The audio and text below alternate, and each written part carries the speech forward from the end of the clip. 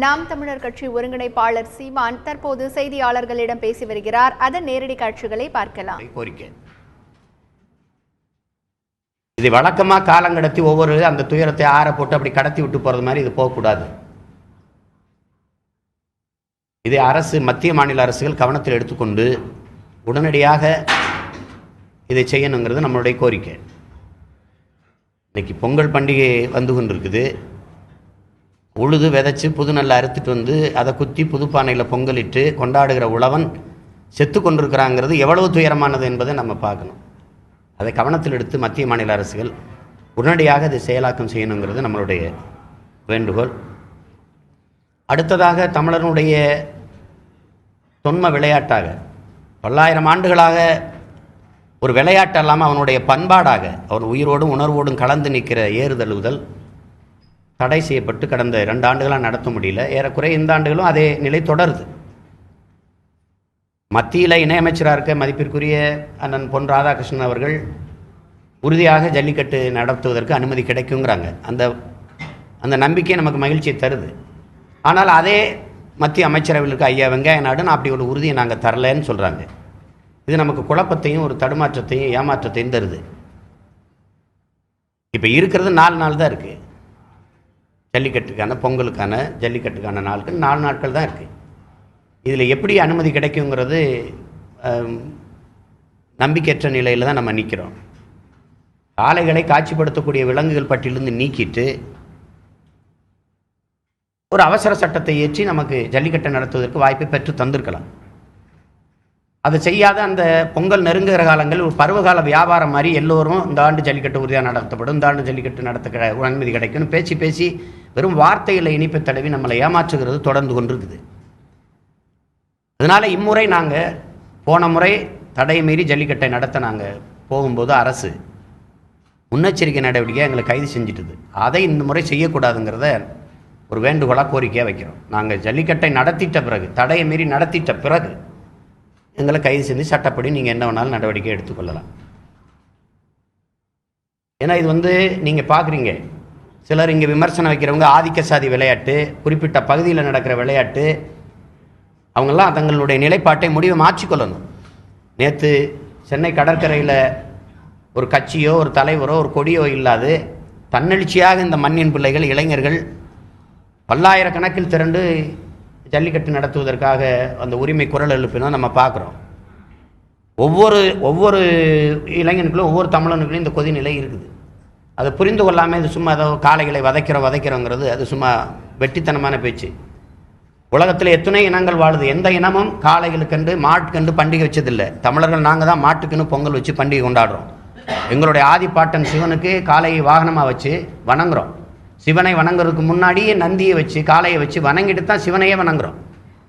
காளைகளை குலதெய்வமாக கொண்டாடக்கூடிய ஒரு கூட்டம் அதை வதைக்கிறோம்னு சொல்கிறது சுத்தப்பைத்து கரத்தனம். இந்திய இராணுவத்தில் இன்று வரை குதிரைப்படை, ஒட்டகப்படை இருக்குது. ஒவ்வொரு இராணுவ பேரணி அந்த இதுலேயும் நம்ம பார்க்குறோம். அது ஒட்டகமும் குதிரையும் வருவதை பார்க்குறோம். ஒட்டகத்தின் மேலேயும் குதிரையின் மேலேயும் சின்ன பீரங்கியை வச்சு சுடுவதை நம்ம பார்க்குறோம். அது வதை இல்லையான்னு கேட்டால் அதுக்கு பதில் இல்லை. கேரளாவில் யானை பந்தயம் ஓடுது, அது வதை இல்லையான்னு கேட்டால் அதுக்கு பதில் இல்லை. குதிரை பந்தயம் நடக்குது, அது வதை இல்லை. ராஜஸ்தானில் ஒட்டக பந்தயம் நடக்குது, அது வதை இல்லை. 24 லட்சம் டன் மாட்டுக்கறி ஆண்டொன்றுக்கு ஏற்றுமதி செய்து, அது வதை இல்லை. மாட்டை கொன்று ஏற்றுமதி செய்யலாம், அது வதை இல்லை.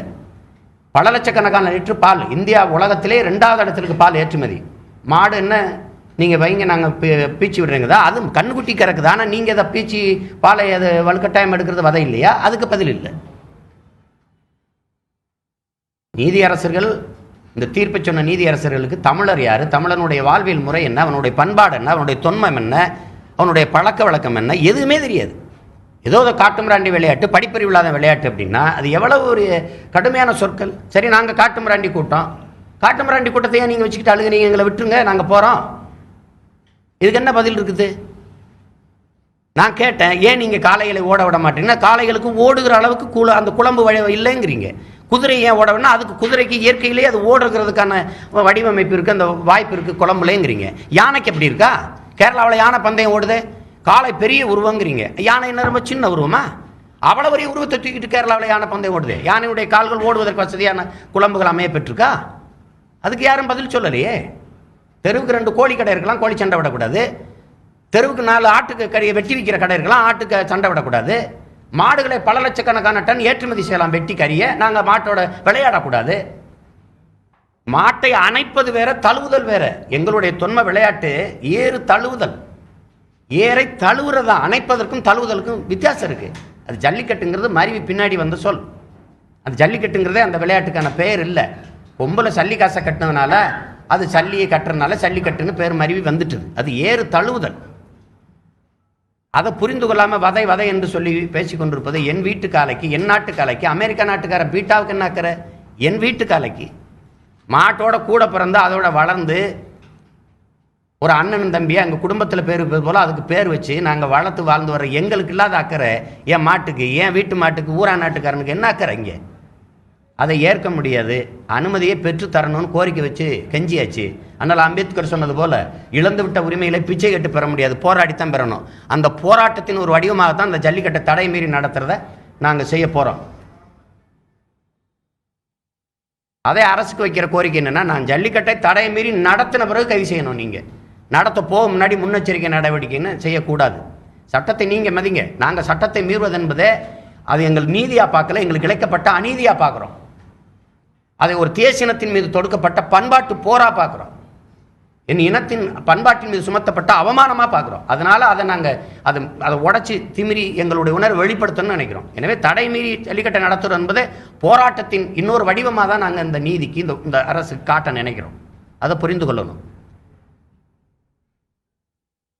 இன்னொன்று, சென்னை கடற்கரையில் இருக்கிற எங்கள் ஐயா நடிகர் திலகத்தின் சிலை அகற்றுவது குறித்து தமிழ் பேரினத்தின் பெருமை மிகு கலை அடையாளமாக ஒரு பொக்கிஷமாக இருப்பவர் ஐயா நடிகர் திலகம் சிவாஜி கணேசன் அவர்கள். அவர் ஒரு வீட்டுக்கோ ஒரு குறிப்பிட்ட ஒரு சமூகத்துக்கோ நாட்டுக்கோ சொந்தமானவர் அல்ல. உலகெங்கும் பரவி வாழக்கூடிய ஒட்டுமொத்த தமிழ் தேசியத்தின் ஒரு சொத்து, ஒரு மதிப்புமிக்க கலை அடையாளம். அந்த இடத்துல சிலையை அங்கிருந்து அப்புறப்படுத்தி வேற இடத்துல வைப்பது என்பது ஒரு தேசிய அவமானமாக நான் கருதுறேன். ஒரு தேசிய இனத்திற்கு அழைக்கப்படுகிற அவமானமாக கருதுறேன். அதை வைக்கிறதுக்கு முன்னாடி தடுத்து வேற இடத்துல வச்சிருந்தா தெரியாது. வச்சு 10 ஆண்டுகளுக்கு பிறகு ஒப்புக்கு சப்பில்லாத ஒண்ணுமே இல்லாத ஒரு காரணத்தை சொல்லி அந்த சிலையை அகற்றுவது என்பது பெருத்த அவமானமாக நாங்கள் கருதுறோம். அதுக்கு சொல்லப்படுகிற காரணம், இப்போ நீங்கள் பார்க்குறீங்க, நடிச்சா அந்த இடத்துல இருக்குது, அது போக்குவரத்துக்கு நெரிசலாக இருக்குதுன்னு சொல்கிறாங்கன்னு வைங்க. நாடெங்கிலும் நடக்கிற போக்குவரத்து நெரிசலுக்கு சிவாஜி சிலை தான் காரணமா? அந்த இடத்துல விபத்து நடந்துருது அப்படின்னா ஒரு நாளைக்கு பல நூற்றுக்கணக்கில் விபத்து நடக்குது. எல்லா இடத்துலையும் நடக்கிற விபத்துக்கும் இந்த சிவாஜி சிலை தான் காரணமா? அந்த இடத்துல எத்தனை விபத்து இதுவரை நடந்திருக்கு?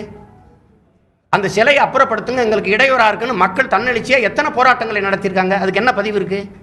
இது யாரோட தனிப்பட்டவருடைய சுய வெறுப்புக்கு தொடுக்கப்பட்ட வழக்குக்கு அந்த சிலையை அப்புறப்படுத்துங்கன்னு ஒரு தீர்ப்பு வருவது எப்படி ஏற்கிறது? மன்றோ சிலை இருக்கலாம் நடிச்சாலையில், சிவாஜி சிலை இருக்கக்கூடாதா? இந்த நாட்டில் வேற யாருக்குமே நடிச்சாலையில் சிலை இல்லையா? அது ஏன் சிவாஜி சிலையை மட்டும் அவ்வளோ உறுத்துது? அதை மட்டும் எடுக்கணும்னு இருக்குது. அதை எடுத்துக்கொண்டு போய் எங்கேயோ ஒரு இடத்துல மண்டபத்தை கட்டி அங்கே வைக்கிறதுங்கிறத நாங்கள் ஏற்கலை. அங்கே அப்படின்னா எம்ஜிஆருக்கு சமாதி இருக்குது, அங்கே சிலை இருக்குது. அவருக்கு நாடங்களில் வேற எங்கேயும் சிலை இல்லையா? அண்ணாவுக்கு சமாதி இருக்குது, அங்கேயும் சிலை இருக்குது. வேற எங்கேயும் சிலை இல்லையா? நடுத்தருவில் சிலை இல்லையா? ஏன் யார் வந்தவர் போனவன் நின்னவன் போனவன் எல்லாருக்கும் இந்த நாட்டில் சிலை இருக்குது. சிவாஜிக்கு ஏன் இந்த சிலை வைக்கிறதுல இவ்வளவு பிரச்சனை இருக்குது? அந்த சிலையால் யாருக்கு என்ன உடையரு? அதை நாங்கள் ஏற்கலை. சிலையை அப்புறப்படுத்தக்கூடாது, அதை நாங்கள் எதிர்க்கிறோம். அதை அப்புறப்படுத்தினா தேவையற்ற போராட்டங்களை தமிழ்நாடு எதிர்கொள்ள வேண்டியது வரும். அப்படியே இல்லை, நீதிமன்றம் சொல்லிடுச்சு, நாங்கள் வாக்கு கொடுத்துட்டோம், அந்த சிலையை நாங்கள் அகற்றித்தான் தீரணும், அகற்றினா தான் எங்களுக்கு தூக்கம் வரும், அப்போ தான் நிம்மதி வரும்னா அந்த பெருமக்களுக்கு நான் அன்போடு வேண்டுவது, அப்படியே எங்கள் ஐயா சிலையை அகற்றினாக்குள்ள அதே கடற்கரையில் தான் வைக்கணும். ஜி போப்புக்கு இருக்குது, ஜோசப் பெஸ்கிங்கிற வீரமாமுனிவருக்கு சிலை இருக்குது. இந்த நாடு சிவாஜி நாடு. அவருக்கு இல்லாத உரிமை வேற யாருக்கு இருக்குது? இவ்வளவு பெரிய கலைஞனுக்கு ஒரு சிலையா நிற்க கூட சொந்த மண்ணில் உரிமை இல்லையா?